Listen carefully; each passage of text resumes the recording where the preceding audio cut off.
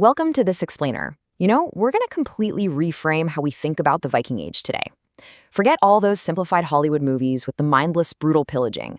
What we're actually looking at is a totally complex 300-year saga of masterful exploration, vast commerce, and profound cultural integration that, believe it or not, shaped the modern world. All right, here's our roadmap for today. We'll start with the origins of the Norsemen, check out the game-changing Longship advantage, track their great expansion, follow them as they explore the unknown, and finally, see how it all ended through assimilation. Let's jump right into part 1, the origins of the Norsemen in isolated Scandinavia. So if you look at inland Scandinavia back then, it was honestly a geographic nightmare. You've got dense forests, deep fjords, and incredibly rough terrain. Overland travel? Yeah, practically impossible. Because of that, these societies were quite literally forced to orient themselves toward the water. The coastlines and lakes became their superhighways for communication, movement, and exchange. Really, just to survive, they had to become this outward-looking, seaborne culture. But geography wasn't the only pressure cooker here. By the early medieval period, power was completely fragmented among local chieftains, and that led to some fierce competition over very, very scarce agricultural land. So, with resources at home so limited, ambitious leaders had to look beyond their own borders to establish long-distance trade networks. And it's this exact combo, political fragmentation, severe resource scarcity, and that outward-looking trade base, that was the absolute perfect spark to ignite the Viking Age. Moving on to part 2, the Longship advantage and medieval engineering. The single piece of technology that literally unlocked the world for them was the longship. By the 8th century, Norse shipwrights had absolutely perfected this clinker-built vessel. It was incredibly light, yet surprisingly strong, and because it had such a shallow draft, it was perfectly adapted for surviving turbulent open ocean crossings, but it could also just glide right up those shallow, unpredictable inland rivers. It could be rowed, it could be sailed, and amazingly, they could even haul it over land if they needed to. Just to give you a sense of scale, the largest of these striking ships measured up to 30 meters in length.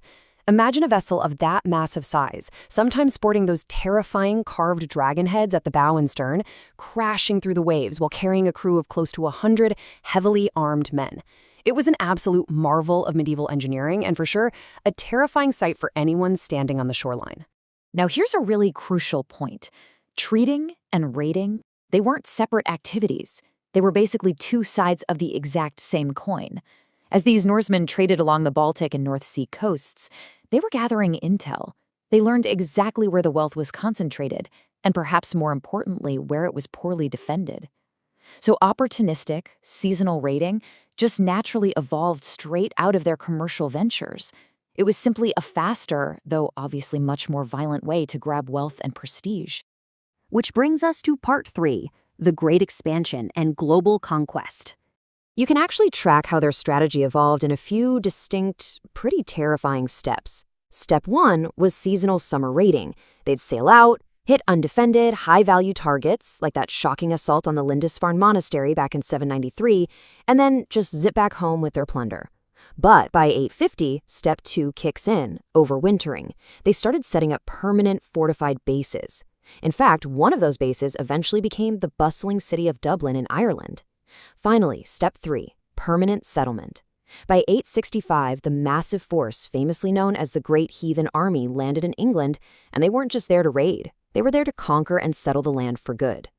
And they didn't just conquer, they totally integrated. The Vikings settled heavily in eastern and northern England, a region that became known as the Danelaw. And you want proof of their profound cultural assimilation? Just look at the language we're speaking right now.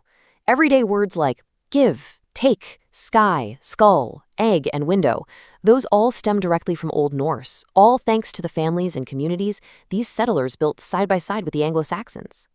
But the Norse didn't just go one way. This expansion exploded in multiple directions at once. While the Danes and Norwegians were mostly pushing west, sacking Paris, founding Dublin, establishing the Danelaw, Swedish Vikings, often called Varangians, were busy weaving these massive trade networks out east.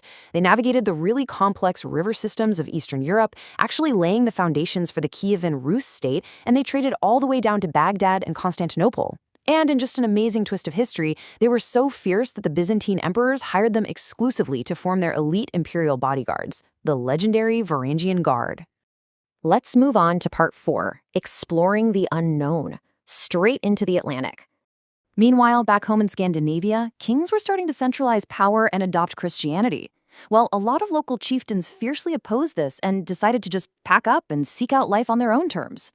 In the 870s, they settled Iceland and even created an early, super innovative parliament called the Althing. Then, in 985, an exiled chieftain named Eric the Red pushed even further west, settling the frozen coasts of Greenland. And remarkably, right around the year 1000, his son Leif Erikson explored even further. And that brings us to a truly stunning achievement. The Vikings actually constructed a temporary base at a site we now call Lons O'Meadows Meadows in Newfoundland, Canada. They made contact with Native Americans, who they called Skraelings, almost 500 years before any other Europeans ever saw the continent.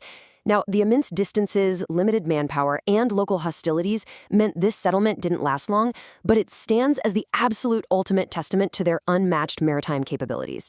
Literally 5 full centuries before Columbus, Norsemen were walking in North America.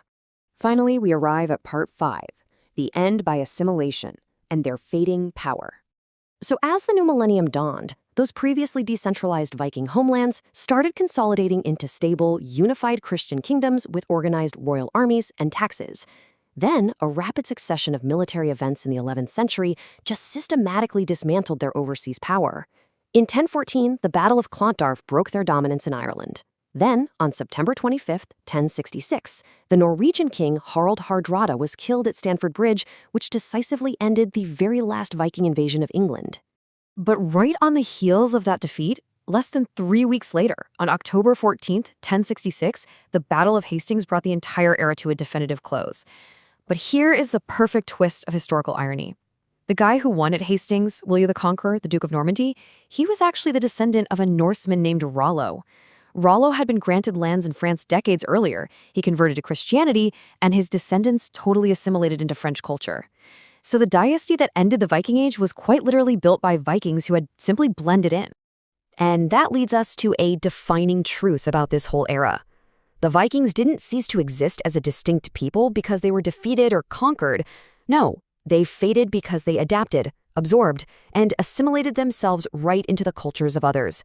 Rather than being wiped out by some superior force, the true legacy of the Norsemen is that they simply merged into the local populations everywhere they went. So I want to leave you with this final thought.